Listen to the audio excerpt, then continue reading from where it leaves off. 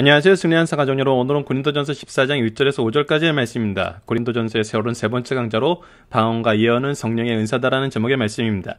승리한 삶을 말씀 중심 예배 중심의 성경 전문 교사를 양성하기 위해서 만들어진 성경 공부 교재입니다. 승리한 삶이 2017년 11월 고린도전서 11장에서 16장까지의 말씀을 함께 묵상하고 있습니다. 승리한 삶을 발행해 계신 박열 목사님의 구속서로 조망한 성경 연수집 강해집을 통해서 편집이 되어 있고요. 이번 달 내용은 고린도전서 2권의 내용입니다. 이번 달에 저희들 창세기가 완간되었습니다. 창세기 감사 예배를 드리고 있기 때문에 강성성경연구원 분들은 아마 이 부분에 대해서 저희들 안내지 보내드리는 것을 받으셨을 겁니다. 예배에 참석하실 수 있는 분들 함께 참석해 주시고요. 강성성경연구를 통해서 이 부분에 대해서 다시 한번 안내드리도록 하겠습니다. 저희들 주일로 업로드되는 위크스터를 통해서 고린도 전체 구조를 보고 이것을 언약신앙적인 관점에서 보면서 우리가 무엇으로 이번 주에 이 부분을 적용하고 있냐면 은사, 직분, 사랑이 어떻게 삼위일체 하나님의 일하심 속에서 우리에게 주어지나요? 이것은 우리로 하여금 무엇을 이루게 하나요입니다. 저들이 이제 13장 말씀을 마무리했기 때문에 이제 14장으로 넘어갑니다. 14장에서는 좀 더 구체적인 한 가지 예를 들어서 얘기를 하고 있습니다. 그것이 무엇이냐면 바로 방언과 예언입니다. 특히 이 방언을 통해서 이루어지는 이 교회 무질서, 은사에 대한 잘못된 이해, 그리고 우리가 버려야 되는 부분, 이런 것들을 통해서 우리에게 결국은 무엇을 가르쳐 주냐면 질서와 덕을 세우는데 우리가 바른 적용을 해야 되는 것을 가르쳐 줍니다. 그것이 이제 하나님의 기준, 하나님의 방법, 하나님의 좀 더 우선 더 얘기하면 하나님의 우선순위. 즉 이것이 우리의 우선순위가 되고 우리의 기준이 되고 우리의 방법이 되어야 되는 것입니다. 자, 이 내용을 우리가 오늘 본문 말씀은 좀 짧기 때문에 보고 나머지 부분은 내일부터 이틀간의 말씀을 통해서 보도록 하겠습니다. 자, 분명히 사랑에 대해서 우리가 어제 말씀에서도 한번 정리를 했지만 사랑은 우리에게 세 가지 내용을 항상 설명해주고 있죠. 우리에게 주신 은사가 어떻게 주어진 것인지 이것을 주신 이유를 가르쳐주고 그리고 그것을 통해서 우리가 덕을 세워야 됨을 가르쳐주고 그리고 이제 이것이 영원함을 가르쳐줬어요. 그래서 사랑이 없으면 우리에게 주신 은사나 직분과 사명은 결국은 잘못 적용되고 오히려 우리에게 죄의 제목을 만드는 경우가 있어요. 그래서 우리가 무엇을 해야 되냐면 1절입니다. 사랑을 추구하며 신령한 것들을 사모하되.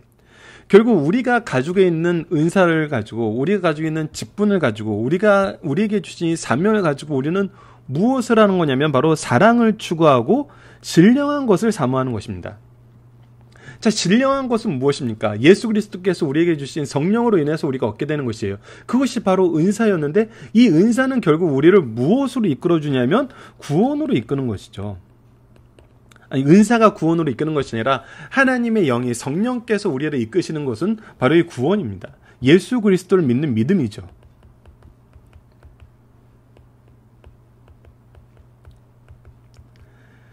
바로 우리를 이곳으로 이끌어 주는 거거든요.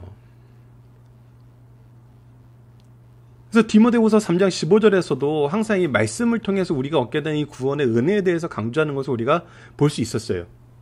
자, 그렇다면 우리가 이것을 가지고 어떻게 해야 되냐는 거예요. 이때 우리에게 분명히 얘기해 주는 것이 뭐냐면 특별히 예언을 하려고 하라. 자, 이 예언은 1장 8절에서 예언도 폐하고 방언도 폐하고 지식도 멈춘다 그랬는데 왜 13장 8절에서는 이것을 폐하는 것이라고 얘기했는데 여기서는 왜 특별히 해야 된다고 얘기를 할까요? 이것이 우리가 가져야 될 균형과 바른 이 예언에 대한 이해예요. 여러분도서 이 예언은 어떤 것입니까? 우리가 미래의 일을 예언하고 우리가 뭐 이렇게 포춘텔러처럼 전보로 다니면서 하는 그 예언이 아니에요. 하나님께서는 이미 예수 그리스도의 구원의 은사 사역을 완성시키시고 우리에게 구원받는 길은 예수 그리스도밖에 없음을 분명히 얘기해주고 하나님께서 이 구속사를 예수 그리스도를 통해서 우리에게 다 드러내 보이셨어요. 완성시키셨어요. 그것을 지금 사도들이 어떻게 하고 있어요? 성령을 힘입어 우리에게 전하고 있어요. 성령께서는 이것을 하나님께서 주시는 성령께서 주시는 우리의 은사를 통해서 이것을 또 경험하게 하세요. 이것을 계승하게 하세요. 이 구속의 역사에 우리가 동참하게 하세요. 그래서 이것을 우리가 교회에서 할 수 있도록 직분을 주셨어요. 이 직분자들이 바르게 이 일을 할 수 있도록 하나님께서 우리에게 사명을 주시고 이 사명을 통해서 은사를 통해서 직분을 통해서 사랑을 실천하게 하셨어요. 그런데 이 일을 하는 것은 결국 무엇으로 되는 거예요? 예수 그리스도의 말씀으로 되는 거예요. 바로 성경으로 되는 거예요. 하나님께서 우리에게 주신 이 말씀, 요한복음에서 얘기했던 대로 이 말씀은 이 땅에 오신 예수 그리스도라고 얘기했던 것처럼 이 말씀을 통해서 되는 거예요. 그래서 여기서 예언을 한다는 것은 우리가 미래 점쟁이처럼 점을 치는 것이 아니에요. 바로 하나님의 말씀을 전하는 거예요. 하나님의 말씀을 전하는 목적은 무엇입니까? 그들에게 예수님을 알게 하는 거예요. 자, 저희는 솔직히 우리 승리한산 가족분들은 정말 성경 전문 교사를 양육하기 위해서 만들어진 책이기 때문에 더 많은 분들이 정말 이 예언의 은사를 받기를 원하죠. 예언의 은사를 받기를 원해요. 그래서 더 많은 분들이 말씀의 훈련을 받기를 원해요. 그리고 여러분들 말씀의 훈련을 받는다는 것을 좀 너무 소극적으로 해석하시는 분들이 계세요. 여러분들, 우리가 자녀들을 왜 학교에 보냅니까? 왜 초등학교 교육을 의무 교육을 하고 지금 이제 우리 중학교까지 올라갔네요. 어쨌거나 이 교육의 수준을 나라가 계속적으로 교육을 시스템으로 만들고 이 교육의 의무 교육 기간을 늘리는 이유는 뭐예요? 그 교육이 삶의 정말 기본이 되는 기본 질서와 온전하게 할 수 있는 그 내용들이 포함되어 있기 때문이거든요. 그 나라 국민으로 살 수 있는 교육을 학교에서 시키는 거잖아요. 학교에서 배워야 되잖아요. 그러니까 의무교육 기간을 두는 거예요. 그리고 나서는 어떻게 합니까? 대학에 가고 뭐 이렇게 산업 현장에 가고 아니면 새로운 일을 창조해도 결국은 이 의무교육 기간이 굉장히 중요하잖아요. 요즘에는 이 의무교육 기간을 통해서 무엇도 확인합니까? 무너진 가정도 회복하는데 이 의무교육 기간이 그 역할을 하잖아요. 그래서 의무교육이라는 건 굉장히 중요해요. 여러분들 교회에서 이 의무교육은 굉장히 중요합니다. 동일한 거예요. 이것은 오히려 교회에서 나온 제도죠. 세상 교육 제도는 여러분들 대부분이 교회에서 종교개혁 시기 이후에 정말 이 말씀을 가르치기 위해서 나온 거거든요. 그래서 우리가 교회 안에서 이 예언에 대해서 배우는 거, 하나님의 말씀인 성경에 대해서 배우는 거는 의무교육이에요.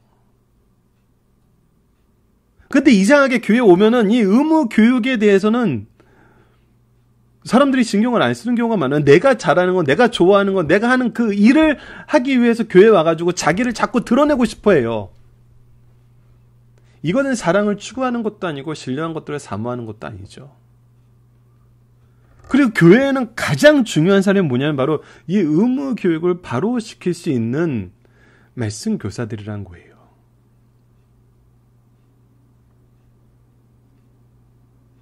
그래서 의무 교육 기관으로서, 신앙의 의무 교육 기관으로서의 말씀의 은사가 있고 말씀의 훈련이 있는 곳이 우리가 추구하고 사모해야 되는 것들이란 거예요. 그런데 여기서만 멈추지 않아요. 박유일 목사님 강해지어 보면은 분명히 여기서만 멈추지 않는다는 것을 설명을 해놔요. 여러분들 초등학교 졸업하면 전원 초등학교 선생님 되는 거 아니죠? 근데 우리 사회가 무엇이 잘 이루어지는 사회가 되길 원해요. 보호받아야 되고 정상적으로 성장해야 되는 아이들이 안전하게 교육받는 그 환경을 만드는 것이 우리가 정말 나라다운 나라라고 지금 얘기를 하잖아요. 그래서 우리가 이 의무교육을 받고는 무엇하는 데 힘써요. 최소한 우리 사회가, 우리 나라가 나라답다고 얘기하는 것은 바로 이것이 안전하게 지켜지는 거거든요. 그래서 우리가 열심히 일하는 것이 이 부분에서 안전하고 정상적으로 이루어지는 것이 됐을 때 우리가 자부심을 느끼잖아요. 우리 자녀들이 그 안에서 안전하게 자랄 때 자부심을 느끼잖아요. 그런 것처럼, 근데 그렇다고 다 초등학교 교사 되는 거 아니거든요. 각자가 자기 사회에서 주어진 역할에서 이 일을 위해서 협력하잖아요. 이 일이 우리 사회의 가장 중요한 목표 중에 하나야라고 동의하는 것처럼 교회 안에서는 무엇이 되어야 되냐면 각자의 말씀의 이 의무 교육을 끝내고 나서는 이것이 잘 이루어지는 교회로 나아갈 수 있도록 자기가 받은 은사와 직분과 사명을 수행하는 것이 정말 교회다운 교회, 정말 하나님 나라의 모습으로 나타난다는 거거든요. 그래서 우리가 특별히 예언하려고 하라라는 것은 우리가 정말 이 교육을 제대로 받고 이 교육을 제대로 가르치는 그 사람들도 중요하고 그 시기도 중요하지만 더 이후에 교회가 확장되고 이 의무교육을 마친 사람들이 각자의 직분에서 은사와 직분과 사명을 가지고 일할 때는 무엇하게 하라? 바로 이 일에 쓰임받게 하라는 거거든요. 근데 문제가 있어요. 2절입니다. 방언을 말하는 자는 사람에게 하지 아니하고 하나님께 하나니 이는 알아듣는 자가 없고 영으로 비밀로 말합니다. 이 질서를 해하고 이 질서에 대해서 잘못된 인식을 주는 은사 중에 하나가 뭐냐면 바로 방언이었다는 거예요. 여러분, 방언은 온전하게 하고 바로 행할 때는 은사예요. 하나님이 주신 거예요. 근데 이것을 우리가 나의 기준으로 해석하고 나의 기준으로 사용하기 할 때 가장 잘못되게 해석되고 가장 잘못되게 사람들이 인도하는 것이 방언이라는 거예요. 왜 그러냐면 이것은 하나님께 하는 거기 때문이에요. 즉 하나님과 나의 1대1의 관계에서 나타난다는 거예요.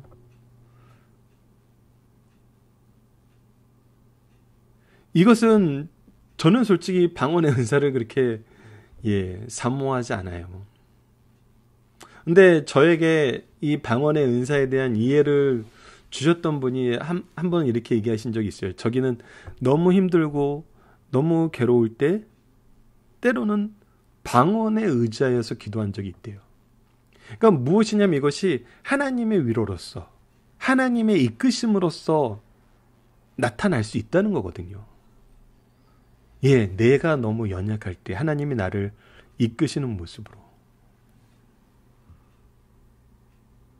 그래서 이것이 오히려 나의 연약함 속에서 나를 이끄시는 하나님의 은혜로 경험되었다는 거예요. 저는 이 말씀은 이 경험은 저에게 새로운 이해를 허락해 줬어요. 왜냐하면 지금까지는 방언을 자랑하고 방언을 못하면 믿음이 없는 거라고 선전하는 분들 얘기만 너무 많이 들었거든요. 근데 이 말씀은 정말 이 2절 말씀하고도 연관이 있는 것 같아요. 내가 연약할 때 나를 이끄시는 하나님의 인도하심으로써의 방언. 물론 이거는 저를 이해하기 위한 단편적인 이야기일 수 있어요. 이 말씀을 이해하기 위한 단편적인 예일 수도 있어요.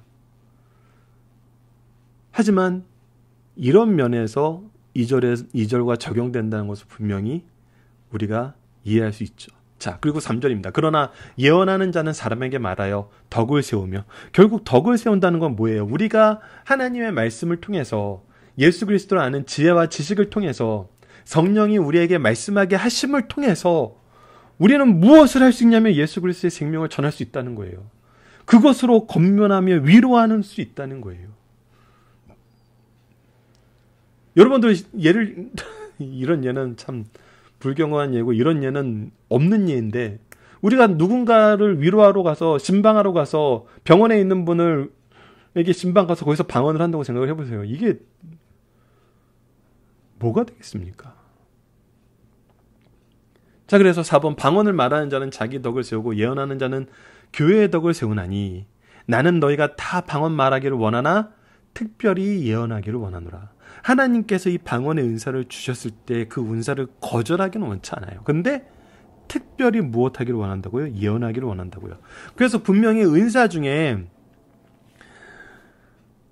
이 부분이 참 우리가 성경을 통해서 때로는 충돌되는 것처럼 느끼는데 하나님의 질서를 알면 이것이 충돌되지 않는다고 여길 수 있는 것이 바로 이 방언과 예언의 관계예요. 성경은 분명히 방언보다는 예언이 더 뛰어난 은사라고 얘기를 해요.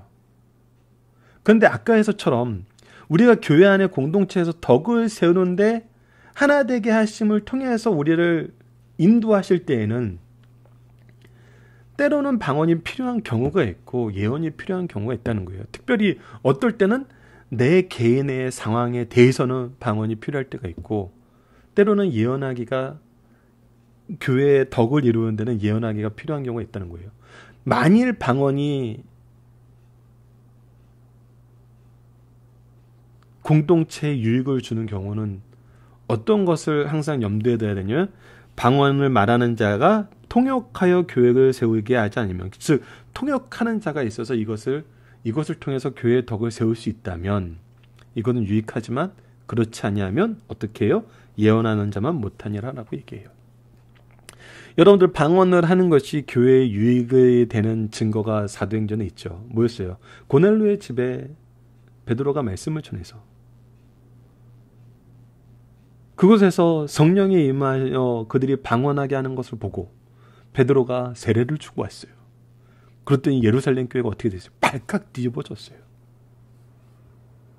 어찌 이방인들에게 저런 자들에게 이 복음을 전할 수 있느냐 했을 때 베드로가 그들이 성령의 말하심을 하게 따라 말하게 하는 이 방언의 은사를 이미 성령께서 이들에게 허락을 하신 그 은혜를 내가 성령의 일을 막을 수 없는 그 증거로 쓰였던 적이 있어요. 이것은 덕을 세우는데 증거로서의 역할을 한 것이죠. 성령의 일하심이라는 증거가 됐던 거잖아요. 그렇기 때문에 우리가 정말 중요한 것은 결국은 무엇을 봐야 되냐면 덕을 세우는 거예요. 덕을 세우는 거예요. 덕을 세우는 건 뭐예요? 예수 그리스도를 믿는 믿음으로 인도하는가. 정말 연약한 자를 넘어뜨리고 쓰러뜨리는 방법으로 우리의 은사가 방언이 잘못 해석되고 잘못 제시되고 잘못 적용된다는 것은 거짓을 만들어낼 뿐이에요. 이 부분은 제가 예전에도 한 수련회 예를 통해서 말씀드린 적이 있을 거예요. 전혀 훈련이 안 되는 애들을 방언을 강조하는 집회를 데려갔더니 애들이 거짓으로 방언하는 거예요. 예.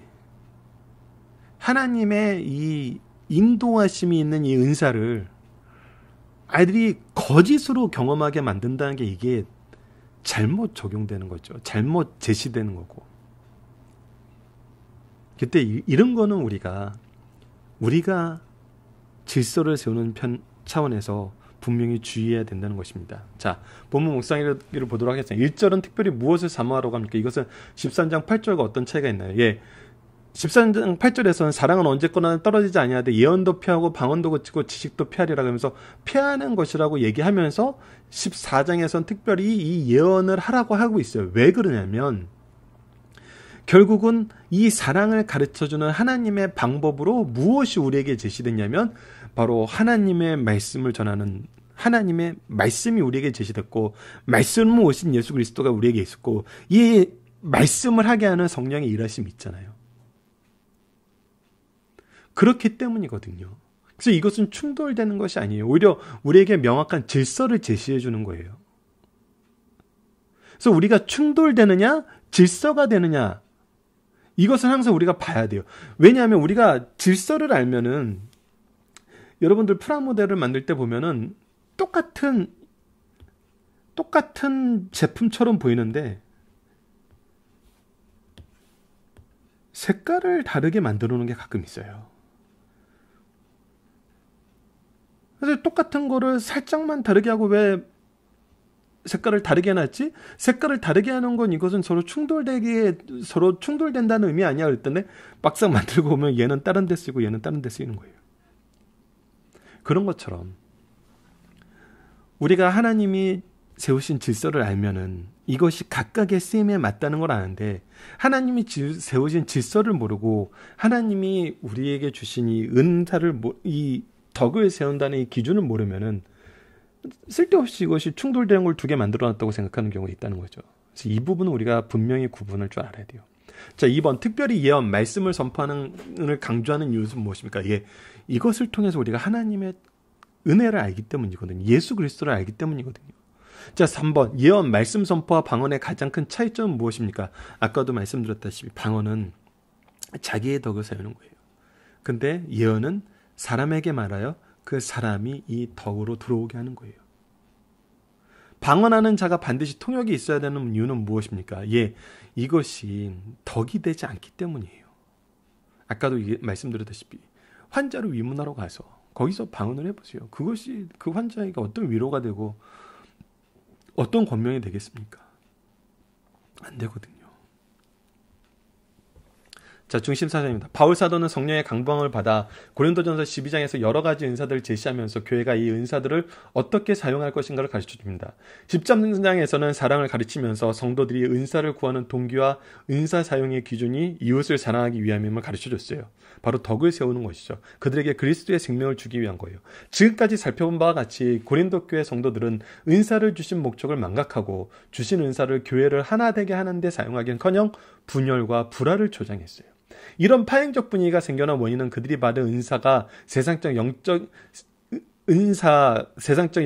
있어요. 세상적인 영적으로 그들이 받은 그 은사 때문이에요. 근데 이 은사를 가지고 어떻게 했어요? 이들은 교회 안에서 자신보다 못한 이들을 무시하고 자신의 개인적 자유만을 추구하는 이기적인 젖으로 다른 이들의 요구를 묵살했어요. 그러니까 내 은사를 자랑하기 시작한 거예요. 내 은사를 자랑해서 무엇이 되길 원해요? 내가 중심이 되길 원해요. 아니라는 거거든요. 하나님께서는. 우리가 생각하기에 큰 은사가 하나님이 보시기에 항상 큰 은사가 아니라는 거예요. 그것은 교회 질서에서 봐야 된다는 거예요. 때로는 그것이 큰 은사가 될 수가 있어요. 그러나 항상 그것이 큰 은사로 계속 유지되는 건 아니에요. 이것이 우리가 계속 확인해야 되는 실존적 차원이에요. 우리 삶 안에서 하나님의 뜻이 무엇인지를 항상 보는 거예요. 여러분, 이거에 대한 이것을 바로 적용하기 위한 서구의 한 그 임직 제도를 설명해 드릴게요. 서구에는 이런 곳이 있대요.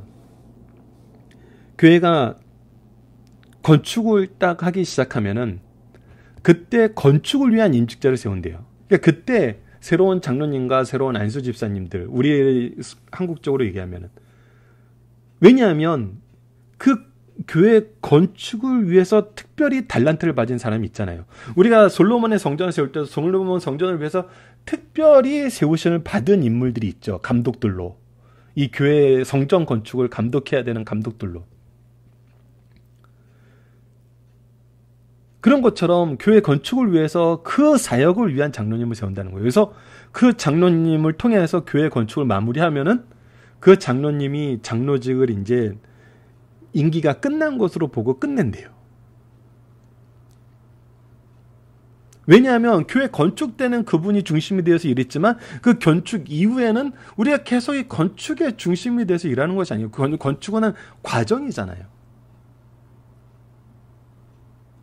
이런 것처럼 우리에게 주신 은사는 그때그때 중요도가 달라져요.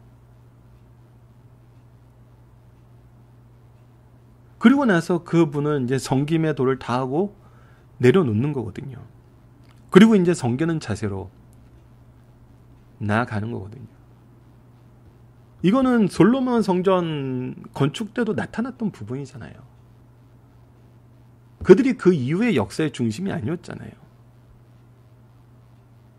자, 이와 같이 고린도 교회는 자기중심적 이기적 동기에서 은사를 남용하였어요. 그 중에서 가장 논란이 되었던 것이 방언이었습니다. 특히 고린도 교회는 방언에 매혹되어 있었어요. 본래 방언은 유익한 것이었으나 잘못되어 개인의 덕, 유익을 세우는 것이 되고 말았어요. 이것을 하는 사람이 신앙에 좋은 사람이에요. 이것을 하는 사람이 능력 있는 사람이에요. 그래서 교회 예배 시간에 설교 대신 이 방언이 채워지는 경우도 있다는 거예요. 때로는 이것을 또 교회 예배 제도로 도입하는 그런 곳도 있어요. 굉장히 조심해야 되는 것이죠. 바울이 말씀을 통해 말하고자 하는 것은 방언의 은사를 사용치 못하게 하려는 의도를 가진 것이 아니라 단지 사랑으로 사용할 것을 권고한 것이에요. 그러니까 이 은사를 주신 목적이 사랑임을, 하나님의 덕임을 가르쳐 주는 것이죠. 모든 성령의 은사들은 성령의 열매들의 사랑의 통제를 받아야 하기 때문에 이렇게 함으로 은사들은 교회 전체 유익을 위해 쓰이게 됩니다. 그래서 하나님을 영화롭게 하게 되는 것이죠. 이러한 배경하에서 고린도전서 14장 말씀은 공예배 가운데 역사하시는 성령의 은사를 설명하고 있어요. 성령의 은사에 대한 가르침의 결론은 다음과 같습니다. 교회의 모든 은사는 덕을 세운 데 사용되어야 되는 거예요. 그리고 교회에서 사용되는 모든 말은 성도들이 이해되는 말로 사용되어야 된다는 것입니다. 그리고 교회의 모든 행사는 질서 있게 진행되어야 된다는 거예요. 특히 예배를 얘기하는 거거든요. 예언은 방언보다 중요하나 방언의 은사를 옳게 사용하는 것을 금해서는 안 돼요. 그래서 이것을 구별할 수 있는 교회에 정말 영적인 지도자들이 바로 세워지고 이것에 대해서 바르게 따르는 성도들이 있어야 되는 거거든요. 교회의 모든 일은 덕을 세우고 질서를 유지하는 데 사용돼야 된다는 것으로 바로 14장 말씀은 결론을 맺습니다. 자, 오늘 중심사상입니다. 첫 번째, 예언은 방언보다 우월하고 사랑의 은혜는 모든 은사보다 우월합니다. 은사에 있어 어떤 은사는 다른 은사보다 더 우월할 수 있어요. 나는 너희가 다 방언 말하기를 원하나 예언하는 자만 못하니라. 그래서 최고의 은사는 영적인 것을 가르치는 예언의 은사라는 거예요. 그 이유는 복음이 참된 제자들에게서 다른 사람에게 전달되어야 하기 때문이에요. 의무교육이에요. 의무교육. 그러나 모든 은사는 사랑이 없으면 무용이에요. 그러므로 사랑은 모든 은사보다 귀하고 우월하다는 것입니다. 여러분, 성장한 사회는 의무교육이 잘 돼 있어요. 성장하는 교회도 이 의무교육이 잘 돼야 돼요. 의무교육이 없으면 안 돼요, 여러분. 두 번째, 방언도 성령의 은사이나 가장 기초적인 은사란 거예요. 방언은 분명히 성령의 은사이나 바울도 이 은사를 받았고 고린도 교인들도 이 은사를 많이 받았어요. 그러나 고린도 교회는 이로 인해서 분쟁에 빠지고 말았어요. 그러므로 바울은 방언의 은사를 시인하면서 막지는 않았으나 방언 대신 예언할 것을 적극적으로 권장했어요. 이와 같이 방언은 감정적인 면을 절제하면서 교회의 덕을 세우는 데 힘쓸 것을 가르쳐줍니다. 세 번째입니다. 예언의 은사는 모든 은사 중에 가장 귀한 은사라는 거예요. 방언은 하나님께만 말함으로 자신에게는 유용하나 교회의 덕을 세우지는 못해요. 그러나 예언은 성도들이 알아들을 수 있는 말로 진리에 대한 주석이나 훈계를 주는 것이에요. 그러므로 예언은 교회의 덕을 세우고 성도들을 권면하고 안위하는 귀한 은사라는 거예요. 모든 성도들이 이 땅에 사는 동안 늘 예언의 은사를 사모하고 예언할 것을 가르쳐 주십니다. 즉 하나님의 말씀을 배우고 가르치는 이 공동체가 바로 교회라는 것이에요. 기본적인 기능이라는 겁니다. 가장 기본적이며 핵심적인 기능이라는 겁니다. 왜? 말씀을 통하지 않고는 우리가 이 구속사를 바로 이해할 수 없어요.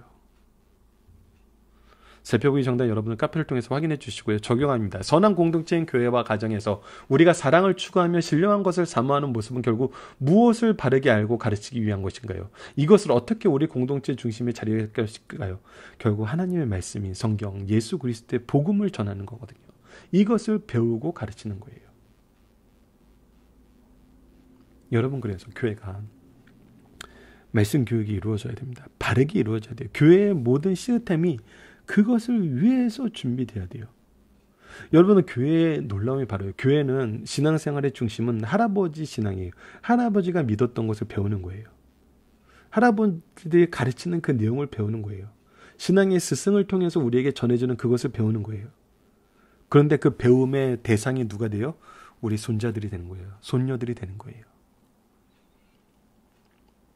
그래서 중심은 어른이지만 대상은 항상 어린이에요.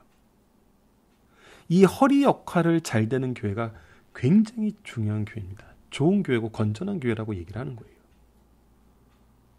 그래서 이것을 우리가 봐야 돼요. 그래서 애들이 좋아하는 것을 해주는 것이 아니라 할아버지 할머니로부터 계승된 그것을 애들이 배울 수 있도록 해주는 거예요. 이 차이는 굉장히 큰 차이입니다.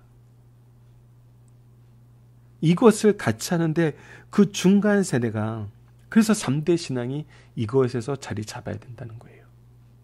이것이 우리 승리한상 가정, 모든 교회와 가정에서 이루어지길 기도합니다. 말씀을 기초로 기도하기를 통해서 마치겠습니다. 하나님, 우리가 전하는 모든 사랑이 예수 그리스도의 사랑임을, 그리고 이 신령한 은사가 예수 그리스도를 통해 우리에게 왔음을, 그리고 이 사랑이 우리를 살리고 우리를 승리하게 하고 우리로 하나님 나라의 백성 되게 하였음을 말씀을 통해서 바로 가르쳐 이 시대를 분별하여 이기는 자녀와 제자를 양육하는 교회가 되게 하여 주소서. 예수님 이름으로 기도드립니다.